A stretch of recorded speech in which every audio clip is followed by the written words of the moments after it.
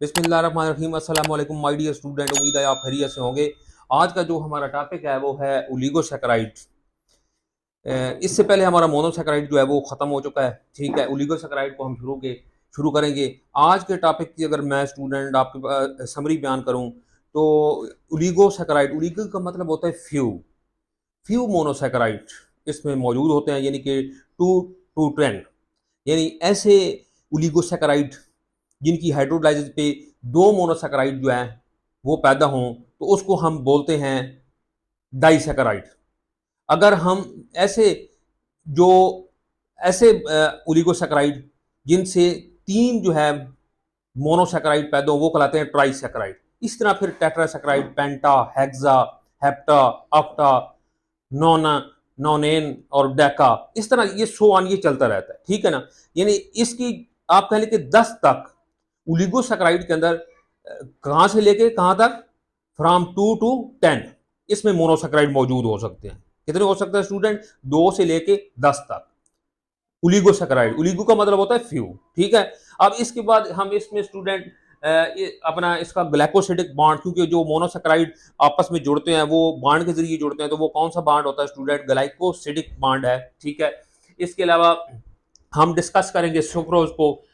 Formation, ये sucrose जो है ये एक डाइसैकेराइड है और हम उसकी फॉर्मेशन देखेंगे कि वो किस तरीके से ग्लूकोज से और फ्रुक्टोज से जो रिंग स्ट्रक्चर हैं वो कैसे तब्दील हो जाते हैं सुक्रोज के अंदर। तो ये चीजें हमने स्टूडेंट आज डिस्कस करनी है। तो शुरू करते हैं ओलिगोसैकेराइड। ओलिगो का मतलब स्टूडेंट मैंने आपको बता दिया। ओलिगो का मतलब स्टूडेंट क्या है? ओलिगो का मतलब जो है वो क्या होता है? ये ओलिगो है ना, इसका मतलब होता है फ्यू। अब फ्यू से मुराद क्या है स्टूडेंट? मैंने आपको बता दी कि फ्यू से मुराद है 2 to 10, 2 to 10, यानी कि इसमें कितने मोनोसैकेराइड होंगे? 2 से लेके 10 तक। अच्छा, कंपैरिजन, पहली हेडिंग है कि these are comparatively less sweet in taste and less soluble in water. ये दो पॉइंट आपने बड़े इंपॉर्टेंट हैं कि these are comparatively less sweet in taste. अब ये याद रखें, यहां पे मोर स्वीट इन टेस्ट भी हो सकता है। अब ये लेस स्वीट इन टेस्ट किसके लिहाज से है? ये लेस स्वीट इन टेस्ट किसके लिहाज से स्टूडेंट? ये है मोनोसैकेराइड के हिसाब से। किस हिसाब से स्टूडेंट? मोनोसैकेराइड के हिसाब से ये लेस स्वीट इन टेस्ट हैं। ठीक है ना, लेकिन अगर यहां पे अगर आ जाए कि मोर स्वीट इन टेस्ट तो फिर ये किसके लिहाज से होंगे? फिर ये पॉलीसैकेराइड के हिसाब से होंगे। तो इस हेडिंग का आपने ख्याल रखना है। यहाँ पे ये ऑब्जेक्टिव में पूछ सकता है, यानी कि ये लेस स्वीट इन टेस्ट होते हैं किसके लिहाज से? मोनोसैकेराइड से। मोर स्वीट इन टेस्ट होते हैं किसके लिहाज से? पॉलीसैकेराइड के हिसाब से, जो इसके बाद आएंगे। इसी तरह बिल्कुल लेस सॉल्युबल इन वाटर, ये लेस किसके लिहाज से है? मोनोसैकेराइड के हिसाब से लेस सॉल्युबल इन वाटर है। ठीक है ना, और पॉलीसैकेराइड के हिसाब से क्या होंगे? मोर सॉल्युबल इन वाटर। इसके बाद स्टूडेंट हेडिंग है हाइड्रोलाइसिस की। हाइड्रो का मतलब वाटर होता है, लाइसिस की मतलब ब्रेक डाउन होती है। ठीक है, आज इसका मतलब भी आपको अच्छे तरीके से समझ आ जाएगा हाइड्रोलाइसिस का स्टूडेंट, कि हम पानी की मौजूदगी में ही जो है इनकी ब्रेक डाउन क्यों करते हैं। ये आज का कंसेप्ट जो है, ये हाइड्रोलाइसिस का कंसेप्ट जो है स्टूडेंट, ये आज क्लियर हो जाएगा आपका। On hydrolysis, oligosaccharides yield from 2 to 10 monosaccharide. कितने जी? 2 to 10 मोनोसैकेराइड की ऑलरेडी मैं बता चुका हूं आपको। इसके बाद हेडिंग है स्टूडेंट डाइसैकेराइड एंड ट्राइसैकेराइड की। The one yielding 2 monosaccharide are known as disaccharide, यानी वो आप पहले की ओलिगोसैकेराइड जिससे कितने यील्ड हो। यील्ड का मतलब क्या होता है स्टूडेंट? यील्डिंग का मतलब क्या होता है? पैदा करना, यानी जिससे कितने मोनोसैकेराइड पैदा हो। अगर 2 मोनोसैकेराइड पैदा होते हैं, 2 मोनोसैकेराइड पैदा होते हैं, तो वो क्या कहलाता है स्टूडेंट? डाइसैकेराइड। उसमें दो, डाई का मतलब ही 2 होता है। और जो 3 पैदा करते हैं उनको क्या कहते हैं? ट्राइसैकेराइड। ट्राई का मतलब ही स्टूडेंट क्या होता है? 3। इस तरह सोवान, आगे टेट्रा आएगा, पेंटा आएगा, इस तरीके से ये 10 तक जा सकते हैं ओलिगोसैकेराइड। इसके बाद स्टूडेंट है ग्लाइकोसिडिक बॉन्ड। वेरी स्पेशल, आप कह लें कि वीआईपी शॉर्ट क्वेश्चन है। ठीक है, ये ग्लाइकोसिडिक बॉन्ड की बाद दफा ऐसे शॉर्ट क्वेश्चन पूछ लेता है कि define the glycosidic bond, define the glycosidic bond and show the equation. ठीक है, और इस बॉन्ड को आपने शो भी करना है, वो आगे हम जाके ये बना लेते हैं इसके ring structure. The covalent bond between 2 monosaccharide is called glycosidic. ये याद रखिए, ये जो ग्लाइकोसिडिक बॉन्ड है स्टूडेंट, ये कौन सा बॉन्ड है?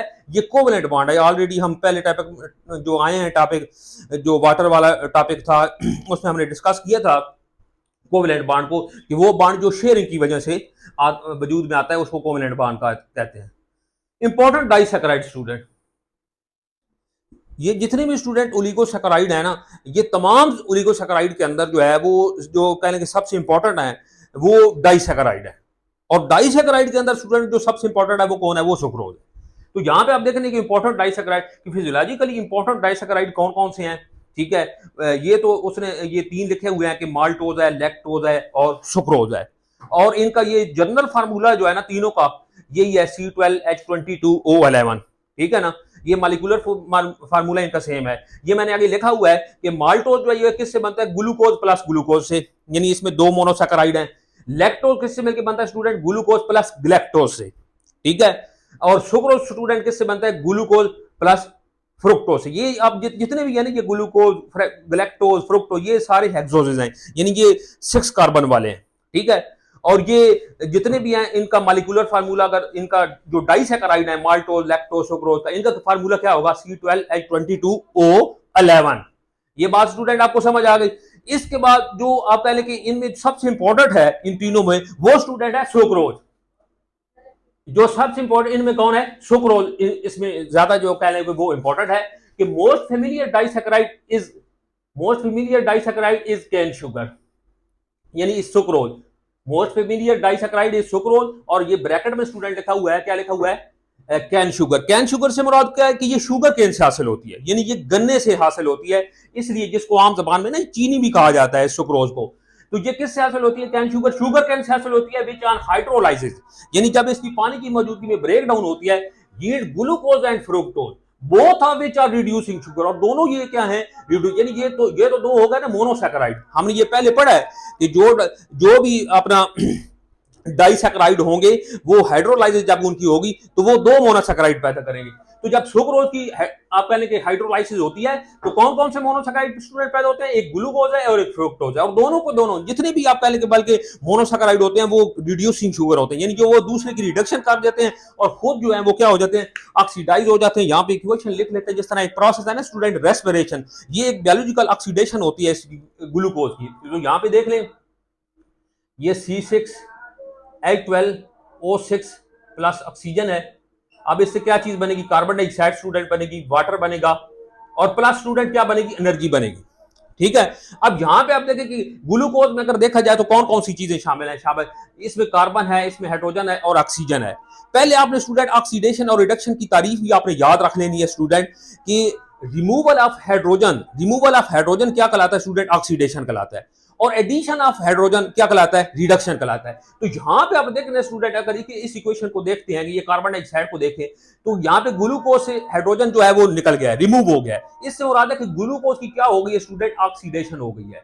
ग्लूकोज की स्टूडेंट क्या हो गई है? ऑक्सीडेशन हो गई है। अच्छा, ये ऑक्सीजन में जो है ना हाइड्रोजन ऐड हो गया है, तो इससे मुराद है ऑक्सीजन की क्या हो गई है? रिडक्शन हो गई है।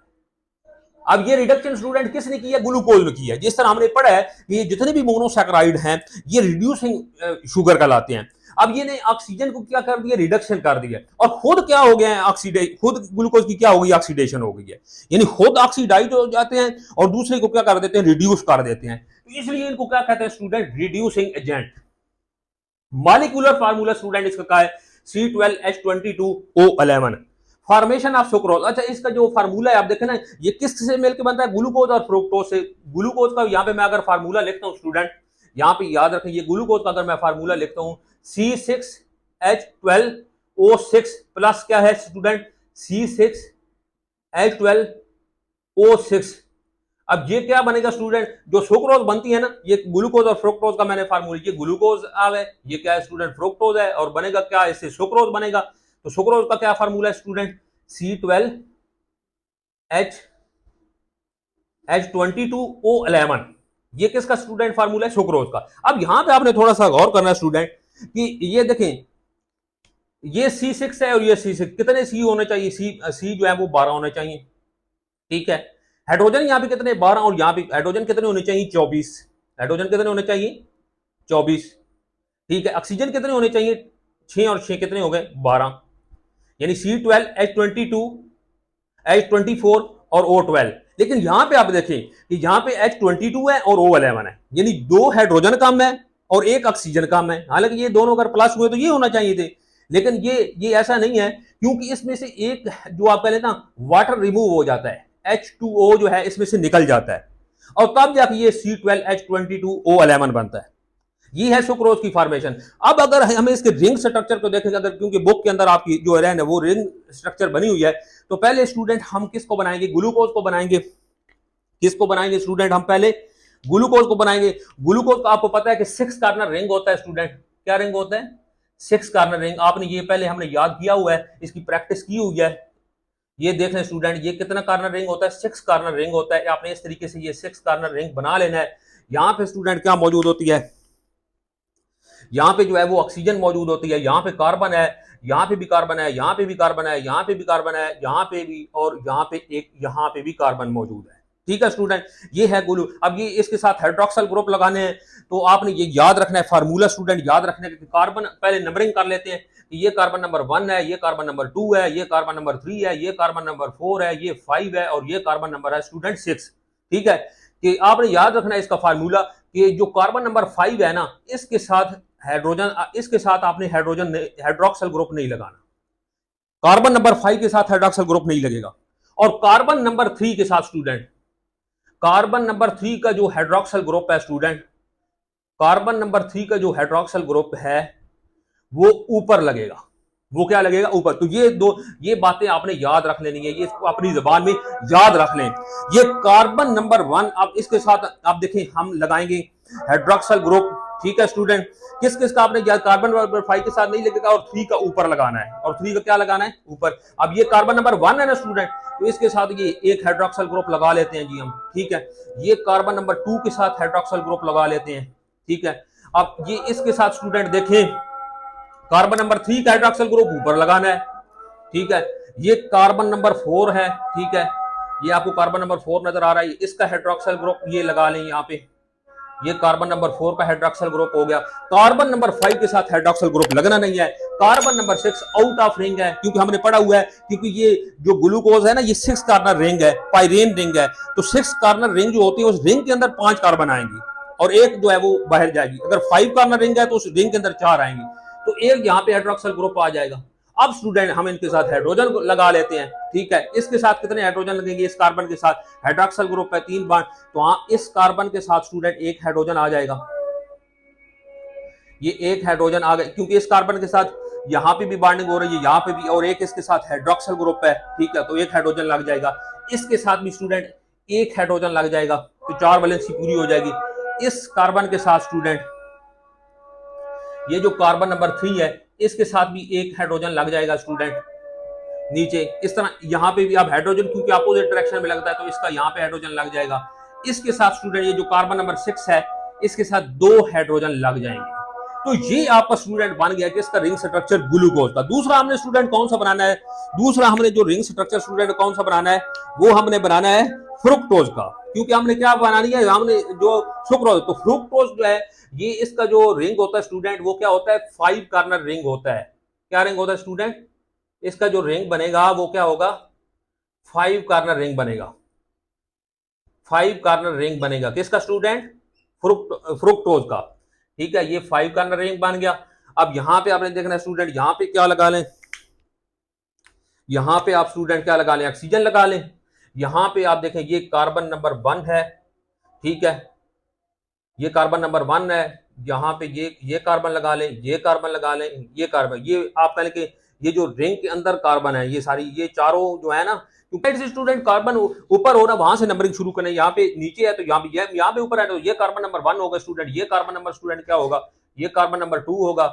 ये कार्बन नंबर स्टूडेंट क्या होगा, कार्बन नंबर 3 होगा। ये कार्बन नंबर 4 होगा। ये कार्बन नंबर 5 होगा, और ये कार्बन नंबर स्टूडेंट क्या होगा, 6 होगा। अब इसके साथ हाइड्रोक्सल ग्रुप लगाने का तरीका है, वो भी आप सीख ले कि कार्बन नंबर 5 के साथ जो है वो हाइड्रोक्सल ग्रुप आपने नहीं लगाना। ठीक है, और यहाँ पे कार्बन नंबर 4 का जो हाइड्रोक्सल ग्रुप है स्टूडेंट ना, कौन सा है, कार्बन नंबर 4 का हाइड्रोक्सल ग्रुप, उसको ऊपर लगाना है। वहां पे आपने कार्बन नंबर 3 का ऊपर लगाया था। अब यहाँ पे देख ले स्टूडेंट कि कार्बन नंबर 1 के साथ जो है वो हाइड्रोक्सल ग्रुप हमने लगाना है, तो ये तो बाहर है, तो इसका आपने ये साइड पे इस तरीके से लगा देना है। ये कार्बन नंबर 1 का जो हाइड्रोक्सल ग्रुप है स्टूडेंट, ये हम इस तरीके से इसका साइड पे लगा देते हैं। अच्छा, कार्बन नंबर 2 का हाइड्रोक्सल ग्रुप जो है वो हमने, ये रिंग के अंदर है, तो ये हमने लाजमी बात है नीचे ही लगाना है, क्योंकि सिर्फ कार्बन नंबर 4 का ही ऊपर लगाना है। तो इस तरह कार्बन नंबर 3 का भी हमने क्या करना है, नीचे लगाना है। ऐसा ही है ना स्टूडेंट। और कार्बन नंबर 4 का हमने हाइड्रॉक्सिल ग्रुप का लगाना है, ऊपर लगाना है, ठीक है। इस तरह कार्बन नंबर 5 के साथ लगेगा नहीं, कार्बन नंबर 6 का हम क्या पे लगा दें, साइड पे लगा देते हैं, ठीक है। अब इसके साथ हम हाइड्रोजन लगा लेते हैं। इस कार्बन के साथ स्टूडेंट कितने हाइड्रोजन लगेंगे, 2 बॉन्ड बने हुए हैं तो 2 हाइड्रोजन इसके साथ लग जाएंगे स्टूडेंट। इस कार्बन नंबर 5 के साथ स्टूडेंट देख लें कि 1 हाइड्रोजन लगेगा, क्योंकि 3 बॉन्ड इसके साथ बने हुए हैं ना, तो इसके साथ 1 हाइड्रोजन लग जाएगा। ये इस तरीके से, इस तरह यहाँ पे 1 हाइड्रोजन लग जाएगा कार्बन नंबर 4 के साथ, और कार्बन नंबर 3 के साथ ये हाइड्रोजन, क्योंकि हाइड्रोजन फिर हाइड्रोक्सिल की ग्रुप के अपोजिट डायरेक्शन में लगानी है आपने, तो यहाँ पे भी 1 हाइड्रोजन लग जाएगा। और यहाँ पे स्टूडेंट कार्बन नंबर 1 के साथ 2 हाइड्रोजन लग जाएंगे। तो ये किसका रिंग स्ट्रक्चर बन गया स्टूडेंट, फ्रुक्टोज का। ये याद रखें कि 5 कार्बन रिंग है। ग्लूकोज का क्या है, 6 कार्बन रिंग है। याद रखना है कि जो 6 कार्बन रिंग होता है विद इन रिंग 5 कार्बन आती है, और जो 5 कार्बन जो है रिंग होता है विद इन रिंग 4 कार्बन आते हैं। तो यहां पे हमने बनाना है स्टूडेंट कौन सा, ग्लाइकोसिडिक बॉन्ड, जो हमने तारीफ की थी ना, the covalent bond between 2 monosaccharide is called glycosidic bond. अब हमने ये उसकी आप कह लें कि एक एग्जांपल है ग्लाइकोसिडिक बॉन्ड की। तो यहां पे आप देखेंगे कि ये बॉन्ड बनेगा किस किस के दरमियान स्टूडेंट बनेगा, यहाँ पे अपने कार्बन नंबर 1 और इधर से लेना है, ग्लूकोज का कार्बन नंबर 1 होगा और फ्रुक्टोज का कार्बन नंबर क्या होगा स्टूडेंट, 2 होगा। यहाँ पे आप देखें ये कार्बन नंबर 1 का स्टूडेंट आपने ये नोट करना है, यहाँ पे ये जो हाइड्रोक्सिल ग्रुप है ना स्टूडेंट, याद रखना है आपने कि कार्बन की वैलेंसी होती है 4, ऑक्सीजन की होती है 2। तो ये जो ऑक्सीजन है एक तरफ इसने कार्बन के साथ बॉन्ड बनाया हुआ है और एक तरफ इसने किसके साथ स्टूडेंट बॉन्ड बनाया हुआ है, ये एक तरफ इसने किसके साथ स्टूडेंट बॉन्ड बनाया हुआ है, इस ऑक्सीजन ने एक तरफ तो इसने बॉन्ड बनाया हुआ है ना ऑक्सीजन ने कार्बन के साथ, और एक तरफ इसने किस बनाया हुआ हाइड्रोजन के साथ। ये इस तरीके से मौजूद है, ठीक है। और कार्बन के कितने बॉन्ड मेनका वैलेंसी होती है 4, ऑक्सीजन की होती है 2। अब ये याद रखना है आपने स्टूडेंट, तो ये बॉन्ड ब्रेक करेगा, ये ऑक्सीजन का हाइड्रोजन के साथ जो है ये बॉन्ड ब्रेक करेगा, और ये हाइड्रोजन यहां से क्या हो जाएगा स्टूडेंट, रिमूव हो जाएगा। यहां से हाइड्रोजन जो है ये रिमूव हो गया, ये वाला हाइड्रोजन ये रिमूव हो गया।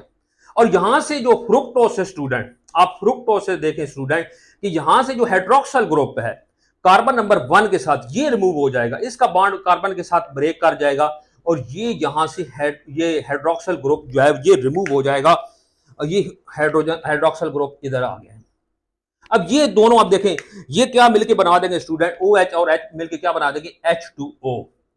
तो ये याद रखें जब ये बॉन्ड बना है, ठीक है। अब ये बॉन्ड कैसे बनेगा, अब ये ऑक्सीजन क्योंकि एक बॉन्ड इसका रहता है, 2 होते हैं, ठीक है, इस कार्बन का भी एक रहता है, तो आप कह लें कि बिल्कुल इसी तरीके से ये बॉन्ड डेवलप हो जाएगा किस किस के दरमियान स्टूडेंट, ये जो यहां से ऑक्सीजन मौजूद है इसके दरमियान, ये जो ऑक्सीजन मौजूद है कार्बन नंबर 1 की ग्लूकोज की इसके दरमियान, और ये कार्बन नंबर 2 के दरमियान, क्योंकि दोनों का एक एक कार्बन इसके साथ 3 थे और ऑक्सीजन का भी एक बॉन्ड काम, तो ये इस तरीके से बॉन्ड डेवलप हो गए।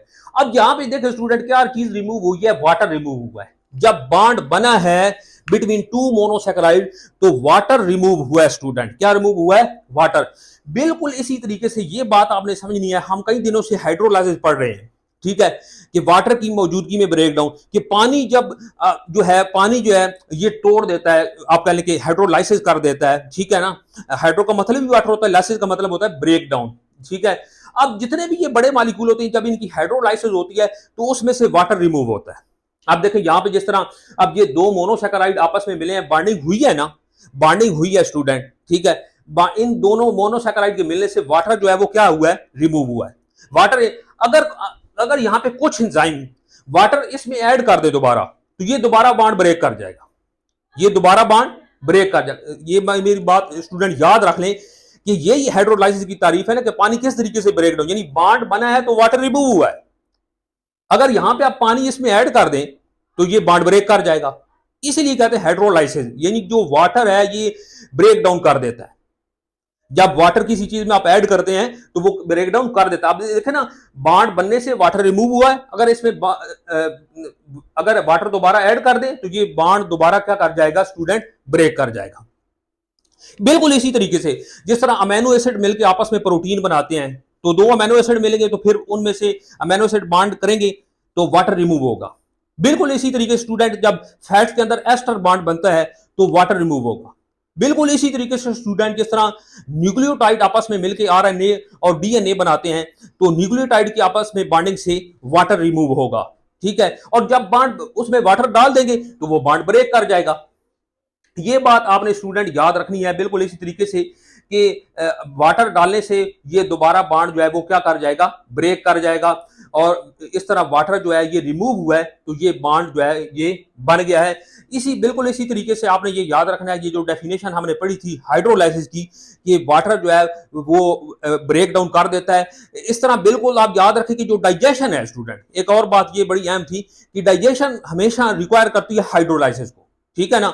डाइजेशन जब भी होती है वो किसको रिक्वायर करती है, हाइड्रोलाइसिस को, यानी कि उसकी हाइड्रोलाइसिस होगी। जिस तरह आप देखें ये ग्लूकोज है ना, ग्लूकोज की इसकी अब हाइड्रोलाइसिस नहीं हो सकती, इसकी अब हाइड्रोलाइसिस नहीं हो सकती। अब ग्लूकोज की जो आप कह लें कि वो ऑक्सीडेशन होती है तो उससे हमें एनर्जी मिलती है, लेकिन ग्लूकोज की जो है आप कह लें कि हाइड्रोलाइसिस जो है वो उसकी मजीद आगे ब्रेक डाउन नहीं हो सकती। तो स्टूडेंट मुझे उम्मीद है कि ये टॉपिक आपको समझ आ गया होगा। आज के लिए इतना ही, अल्लाह हाफिज।